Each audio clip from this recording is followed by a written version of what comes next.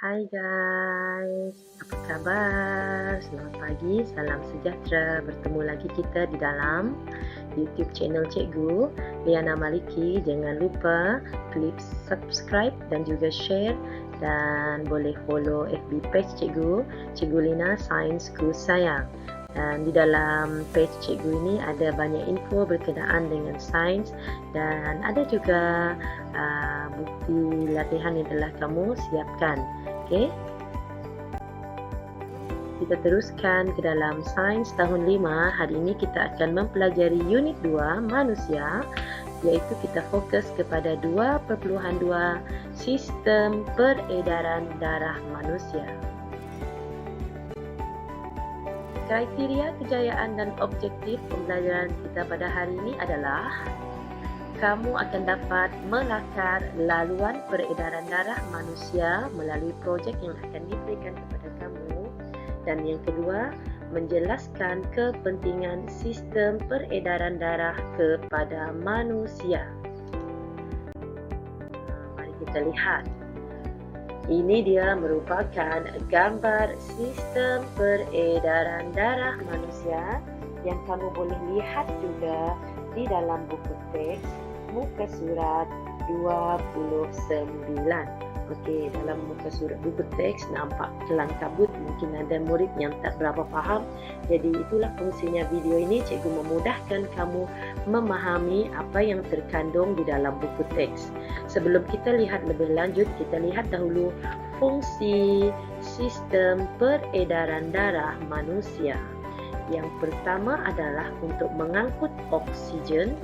Yang kedua, mengangkut nutrien. Apa ini nutrien? Zat-zat daripada makanan kita. Okay. Yang ketiga, mengangkut air. Air yang kita minum diangkut ke seluruh badan. Dan yang terakhir sekali, mengangkut bahan kumuh. Masih ingat lagi tak kamu bahan kumuh? Terdapat 4 bahan kumuh yang dihasilkan, iaitu karbon dioksida dan uap air semasa menghembus nafas, air kencing yang dikeluarkan daripada ginjal, dan yang ketiga, peluh yang dikeluarkan daripada kulit. Jom kita lihat 4 bahagian utama sistem peredaran darah. Bahagian yang pertama iaitu jantung. Semua orang ada jantung kan? Berdebar-debar jantung kita kalau lihat sesuatu yang berdebarkan. Jadi apakah fungsi jantung ini kepada manusia? Jantung berfungsi sebagai pam, iaitu mengepam darah ke peparu dan ke seluruh bahagian tubuh. Jadi kalau tak ada jantung, darah kita tak boleh bergerak. Jadi kalau orang mati, jantung dia berhenti kan? Kita lihat bahagian yang kedua, peparu. Yang ini kita dah belajar juga. Peparu merupakan organ pernafasan. Kita menarik nafas, masuk oksigen. Kita menghembus nafas, keluar karbon dioksida. Itu imbasan kepada pelajaran yang lepas. Tetapi kita lihat apakah fungsi peparu ini dalam sistem peredaran darah. Fungsinya adalah sebagai tempat pertukaran antara gas, oksigen dan karbon dioksida. Jadi peparu ini dia akan menukarkan gas oksigen yang telah digunakan oleh badan menjadi karbon dioksida sebagai bahan perkumuhan. Bahagian yang ketiga iaitu salur darah. Badan kita ini ada salur darah. Iban kata urat. Jadi nama saintifiknya yang sebenar adalah salur darah. Apakah fungsi salur darah? Salur darah ini merupakan tiub laluan untuk darah mengalir ke seluruh badan. Bukan tiub yang keluar angin itu, TIUB, tiub. Macam hos, kita pasang air, nanti kita buka pilih pipe di dalam hos, jadi air itu mengalir di dalam hos. Itu adalah tiub. Jadi sama seperti itu juga contohnya untuk darah. Di dalam badan kita ada tu macam saluran pipe, bukan saluran pipe, saluran hos getah, tapi kita panggil sebagai salur darah. Yang keempat, yang terakhir adalah darah. Darah warna apa? Yang kita tahu darah ada warna merah. Okey, darah ini mengalir melalui rangkaian salur darah.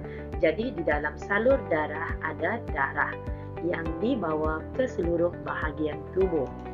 Okey, jadi darah ini fungsinya mengangkut oksigen. Di mana oksigen ini tadi? Di dalam peparu. Mengangkut nutrien dalam makanan kita, mengangkut air yang kita minum, dan akhirnya mengangkut bahan pupuk. Nanti kita akan lihat dengan lebih lanjutnya. Ini lakaran bagi sistem peredaran darah manusia. Anak panah ataupun saluran yang berwarna merah mengandungi darah yang lebih oksigen. Manakala saluran berwarna biru iaitu darah yang mengandungi lebih karbon dioksida. Jadi yang berwarna merah ini dia masuk ke dalam badan kita. Manakala yang warna biru ini darah itu akan membawa bahan-bahan yang akan dikeluarkan melalui sistem perkumuhan kita. Okey, mari kita lihat dengan lebih jelas lagi. Proses bagaimana sistem peredaran darah manusia ini berlaku. Okey, jadi sistem peredaran darah kita sangat berkait dengan sistem pernafasan. Okey, cuba kita lihat tadi kan. Di dalam buku teks pun ada muka surat 30 dan juga 31. Kamu boleh rujuk sambil melihat video ini. Okey, yang pertamanya adalah proses manusia menarik nafas. Apakah bahan yang dibawa masuk ke dalam peparu kita? Ingat tak kamu? Okey, kalau lupa, jom cikgu ingatkan. Jadi semasa kita menarik nafas, udara yang masuk ke dalam badan kita mengandungi lebih oksigen. Ianya akan disedut melalui hidung dan juga mulut, masuk ke dalam trakea, seterusnya masuk ke dalam peparu. Okey, jadi ianya akan diserap ke dalam saluran darah. Jadi oksigen ini nanti akan masuk ke dalam saluran darah kita. Okey, seterusnya jantung kita akan mengepam salur darah ini nanti. Okey, jadi udara yang mengandungi lebih oksigen ini akan dipam ke seluruh badan, okey, di dalam salur darah. Jadi itu tadi yang kedua. Darah yang di dalam salur darah kita tadi ada banyak oksigen. Ianya akan dipam untuk dihantar ke semua bahagian tubuh badan kita, ke kaki, ke tangan, ke kepala. Okey. Dan yang ketiga nanti, okey, tubuh manusia akan menggunakan oksigen ini tadi. Okey. Dan di dalam peparu, okey, gas oksigen ini nanti akan ditukar menjadi karbon dioksida dan diserap ke dalam saluran darah. Seterusnya, kita lihat. Okey, di dalam salur darah tadi sudah mengandungi banyak gas karbon dioksida. Kan gas ini tadi sudah ditukar di dalam peparu. Okey, jadi gas karbon dioksida di dalam peparu akan dimasukkan ke dalam salur darah dan akan dipam oleh jantung. Okey, ianya akan mengeluarkan. Okey, jadi darah ini akan dibawa ke jantung untuk dipam. Ke mana ianya akan dipam? Ke dalam peparu. Jadi darah mengandungi lebih karbon dioksida akan dihembus keluar oleh badan kita.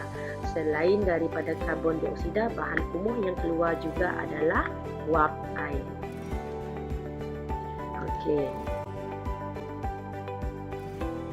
Jadi sebagai latihan pengukuhan kamu akan lengkapkan aktiviti buku teks di muka surat 32 iaitu melakar laluan peredaran darah. Jangan risau, kamu tak perlu lukis. Cikgu akan sediakan gambar-gambar ini dan kamu akan lengkapkan sama seperti muka surat 32. Seterusnya, kita lihat kepentingan sistem peredaran darah kepada manusia. Yang pertamanya adalah mengangkut oksigen, nutrien dan air.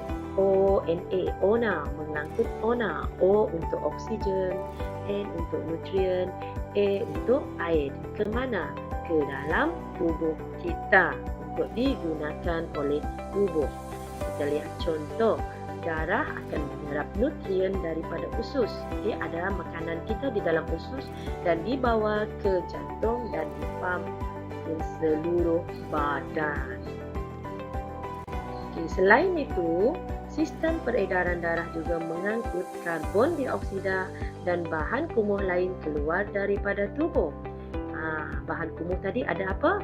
Karbon dioksida, uap air, ada air kencing dan juga ada peluh.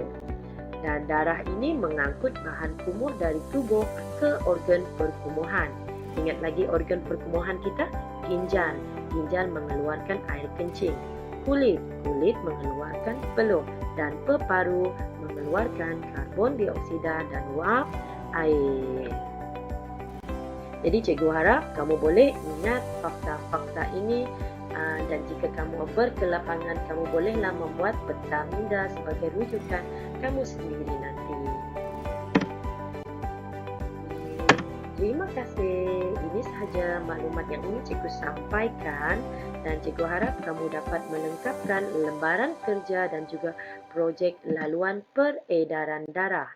Seterusnya, bagi murid yang ada data internet, bolehlah melengkapkan lembaran kerja online yang cikgu berikan di dalam WhatsApp group kita. Sehingga kita bertemu lagi di lain masa dan waktu. Cikgu harap kamu jangan berputus asa untuk mencari ilmu. Semoga Tuhan memberkati usaha kamu dan juga ibu bapa kamu untuk belajar secara maya. Kita doakan supaya COVID-19 ini pergi jauh daripada muka bumi supaya kita boleh belajar seperti biasa. Bye-bye. Sekian sahaja daripada cikgu. Cikgu sayang kamu semua.